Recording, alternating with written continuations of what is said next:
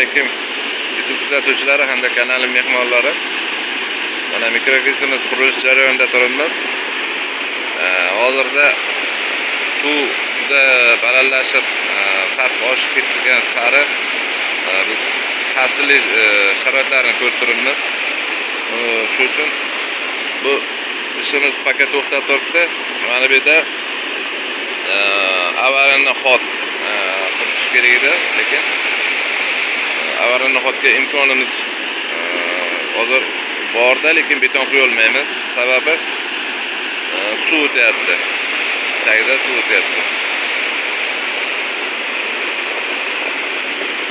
Endi bir hafta mumkin mana shunaqa suv katta kelgan, uni majbur ekan, iloji yo'q ekan pasaytirish. Shuning uchun suv pasaygandan keyin mana shu avarini xodlarimizni qurib bitkazib mikroklimaimizni ishga tushiraveramiz nasib bo'lsa.